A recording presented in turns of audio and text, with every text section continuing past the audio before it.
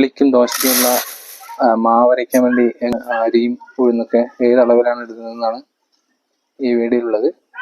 എത്ര നാഴി അരി ഇടണം? 5 നാഴി പുഴുങ്ങലരി. 5 നാഴി പുഴുങ്ങലരി ഇടുന്നു. പിന്നെ നമ്മൾ ഇടുന്നത് പച്ചരിയാണ്. പച്ചരി എത്ര നാഴി ഇടണം? പച്ചരി 1.5 നാഴി ഇടണം. 1.5 നാഴി അല്ലേ? അപ്പൊ 5 നാഴി പുഴുങ്ങലരിക്ക് 1.5 നാഴി പച്ചരി.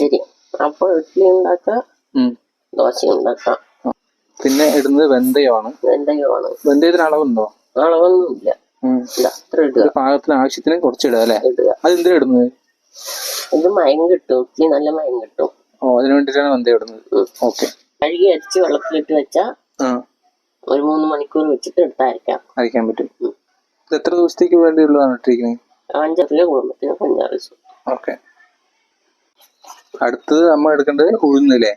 ഉഴുന്ന് എത്ര നാഴി എടുക്കണം? 1.5 നാഴി എടുക്കണം. 1.5 നാഴി. 1.5 നാഴിയാണ് ഉഴുന്നെടുക്കുന്നത്. ഇതിൽ കറുപ്പ് ഉഴുന്നില്ലേ? കറുപ്പ് തൊലി വരുന്ന ഉഴുന്ന്. അതാണ് കഴുകി തൊണ്ട് കളയാണ്. ഇതിലാകുമ്പോ അതിന്റെ ആവശ്യമില്ലെന്ന് മാത്രം അല്ലേ? രണ്ടും സെയിം തന്നെയാണ്.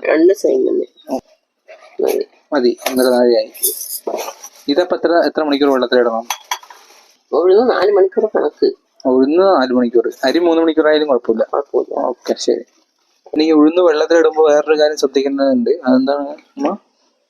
ഇടുമ്പോ തന്നെ കഴുകി ഊറ്റി വെള്ളത്തിലിടുക. അപ്പൊ പശ പോവില്ല. കഴുകാണ്ട് വെള്ളത്തിലിട്ട് വെച്ചാ പിന്നെ കഴുകുമ്പോ അതിന്റെ പശ പോകും. ഓ, അത് കുതിർന്ന് കഴിഞ്ഞിട്ടില്ലേ? അപ്പൊ ഇടുന്നതിന് മുമ്പ് കഴുകിയിട്ട് ഇടുക.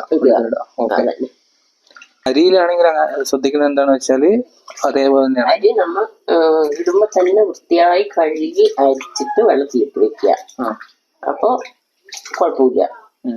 കഴുകാണ്ട് ഇട്ടാ അതിലെന്തെങ്കിലും പൊടി എന്തെങ്കിലും ഉണ്ടെങ്കിൽ അത് അരി കുതിരുമ്പോ അതിൽ പറ്റും. ഓക്കെ. രണ്ടും കഴുകി ആയിട്ട് വേണം വെള്ളത്തിലിടാൻ. അരി ഉഴുന്നും കഴുകിയില്ലെങ്കിൽ മാവ് പൊളിച്ചിട്ട് കേട് വരും വേഗം. ഉഴുന്നും അതെ അല്ലേ? ഉഴുന്നും അതെ. നല്ലപോലെ വൃത്തിയായി കഴുകണം. കഴുകിയില്ലെങ്കിൽ മാവ് പൊളിച്ച് കേട് വരും.